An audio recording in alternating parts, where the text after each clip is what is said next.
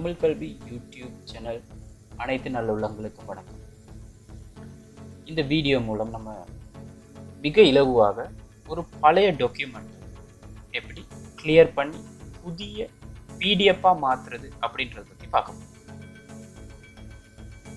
வழமையாக நம்மளோட கம்ப்யூட்டருக்கு ஒரு பழைய ஒரு டாக்குமெண்ட்டை ஸ்கேன் பண்ணி தான் எடுப்போம். இன்னும் ஒரு லேசான வழி ஒன்று இருக்குது, ஃபோன் மூலம் ஃபோட்டோ பிடிச்சி எடுக்கிறது. நீங்கள் பார்த்தீங்கன்னா வழமையாக ஃபோனில் நிறைய டாக்குமெண்ட் ஸ்கேன் பண்ணுறதுக்கான ஆப் இருக்குது. ஆனால் அதில் அநேகமானது பே பண்ணி காசு கொடுத்து வாங்கியிருந்தால் மட்டும்தான் எடிட்டிங் செய்கிறதுக்கு விடுவாங்க. மற்றபடி அவங்க ஃப்ரீயாக தர்றதெல்லாம் லோ குவாலிட்டியாக இருக்கும். அப்புறம் இந்த கீழே அல்லது ஏதாச்சும் ஒரு குறிப்பிட்ட இடத்துல அவங்களோட ஓட்டமாக இருக்கும். இந்த மாதிரி பிரச்சனைகள் எதுவுமே இல்லாமல் நம்மளோட கம்ப்யூட்டரில் இருக்க மைக்ரோசாஃப்ட் ஆஃபீஸில் உள்ள வேர்டில் இலகுவாக நம்ம எப்படி ஒரு பழைய டாக்குமெண்ட்டை பிடிஎஃபாக மாற்றுறதுன்னு பார்ப்போம்.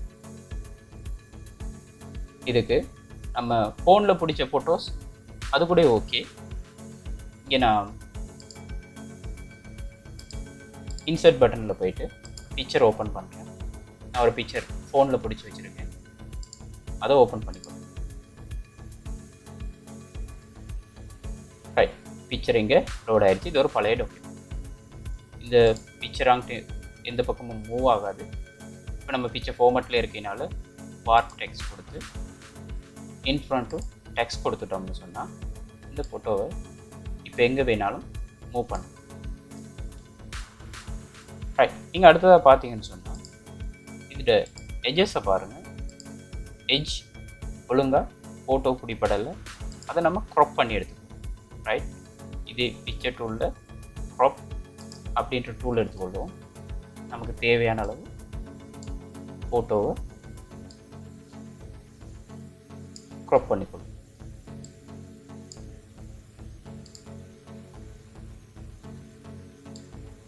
ரைட், ஓகே, நம்ம க்ராப் பண்ணியாச்சு. என்டர் பண்ணலாம். அப்படி இல்லாட்டி இந்த பிக்சருக்கு வெளியில் இப்படி கிளிக் பண்ணிங்கன்னா க்ராப் ஆகும். இப்போ இந்த க்ராப் ஆகுனது ரொம்ப ஈஸியாக நம்ம இந்த ஒயிட் கலருக்கு கொண்டு வரோம். இங்கே பாருங்கள், இந்த டாக்குமெண்ட் கலருக்கு நம்ம எடுத்திருக்க இந்த ஸ்லைட் கலருக்கும் எவ்வளோ வித்தியாசம். பிடிஎஃப்னு சொன்னால் இந்த அளவுக்கு வரணும், அப்போ தான் நமக்கு வித்தியாசம் இல்லாமல் வரும். ரைட், ஓகே, அதுக்கு ரொம்ப லேசான ஒரு வழிமுறை ஒன்று. இந்த ஃபார்மேட்டில் பிக்சர் ஸ்டைல்ஸ் கொடுத்துருக்காங்க. அதில் பாருங்கள், இங்கே ரைட் கார்னரில் ஒரு எரோ ஒன்று கீழே காட்டுது, ஃபார்மேட் ஷேப். அதை கிளிக் பண்ணிங்கன்னு சொன்னால் இப்படி வரும். அதில் பிக்சர் அப்படின்னு தெரிவு செய்ய பிக்சர் கரெக்ஷன் கிளிக் பண்ணுங்கள். அதில் வரும் ப்ரீசெட்ஸ்னு வரும். அதில் இந்த எரோவை கிளிக் பண்ணிங்கன்னு சொன்னால் பிரைட்னஸை அட்ஜஸ்ட் பண்ணி போடுவோம். ரைட், இப்போ பாருங்கள், இந்த கீழே உள்ள பகுதிகள் எல்லாமே ஓரளவு ஓகே, ஆனால் மேலே இன்னும் சரி வரல. நம்ம பிரைட்னஸை அட்ஜஸ்ட் பண்ணி கொள்ளுவோம். ரைட், பிரைட்னஸை அட்ஜஸ்ட் பண்ணி அதோட எழுத்துட ஷார்ப்னஸ் குறைஞ்சிருச்சு. அதனால ஷார்ப்னஸை கொஞ்சம் போட்டு. ரைட், இப்போ ஷார்ப்னஸ் கூடிருச்சு, பிடிஎஃப் லெவலுக்கு வந்துடுச்சு.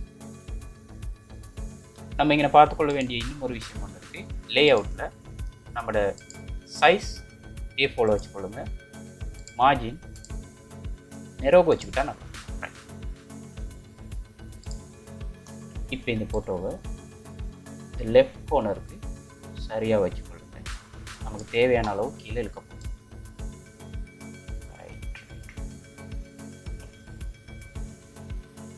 சரி, இப்போ நம்ம இந்த ஃபோட்டோவை நமக்கு தேவையான அளவு இழுக்கணும். இப்போ இது கிளியராக ஆகிடுச்சு. ஆனால் நீங்கள் இன்னும் ஒரு விஷயத்தை நல்லா பார்க்கணும். இந்த பழைய டாக்குமெண்ட்னால இங்கே பாருங்கள், ஒவ்வொரு இடத்துலையுமே இது ஒரு அரசு ஊழியர்களுக்கான இன்சூரன்ஸ் சம்மந்தமான ஒரு டாக்குமெண்ட். இதில் கருப்பு டொட்ஸ் கூடுதலாக இருக்குது, பிளாக் டொட்ஸ் நிறைய இருக்குது. அது எல்லாத்தையும் நீக்கிறதுக்கு இன்னும் ஒரு லேசான வழி. இன்சர்ட் போங்க, ஷேப் எடுங்க. நான் இங்கே ரெக்டாங்கிள் தெரிவு செய்கிறேன். இந்த டொட் இருக்க இடத்தை அப்படியே கவர் பண்ணுற மாதிரி அதை வச்சுக்கொள்ளுங்க. இன்னும் அவுட்லைன் ஃபில் பண்ணுங்கள் ஒயிட் கலரால். இப்போ அந்த இடம் ஃபுல்லாக கிளியர் ஆகிடுச்சு. இங்கே இருக்கிற ஒவ்வொரு இடத்துலையும் அதே வேலையை செய்யலாம். இன்சர்ட், ஷேப் போகணும். அப்புறம் ஏதாவது ஒரு ஷேப் நமக்கு தேவையான இடத்த தெரிவு செஞ்சாச்சு. அவுட்லைன் நீக்குங்க ஒயிட் கலராக.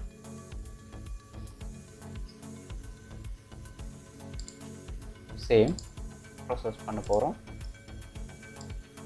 ரைட், அவுட்லைனை நீட்டு ஒயிட்டாக. கடைசி இந்த சின்ன இடம் மட்டும் இருக்குது.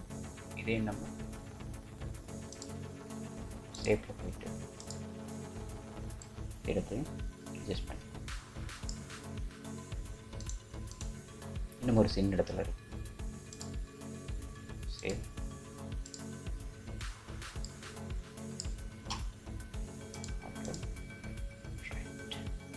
இங்கே இருக்கு. எல்லா இடத்தையும் கிளியர் பண்ணு. ஆனால் அவ்வளோ நேரம் இருக்கு.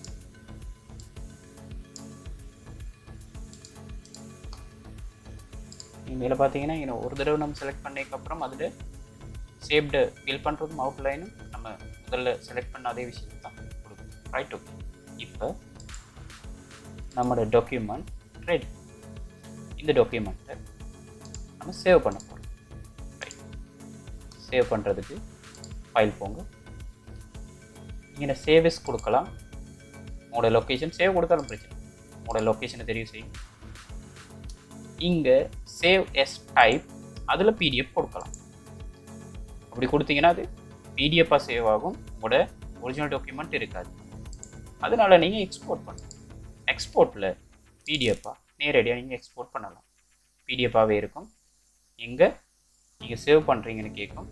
ஓகே, பப்ளிஷ் பண்ணிங்கன்னு சொன்னால் அது இப்போ பிடிஎஃபாக இருக்கும்.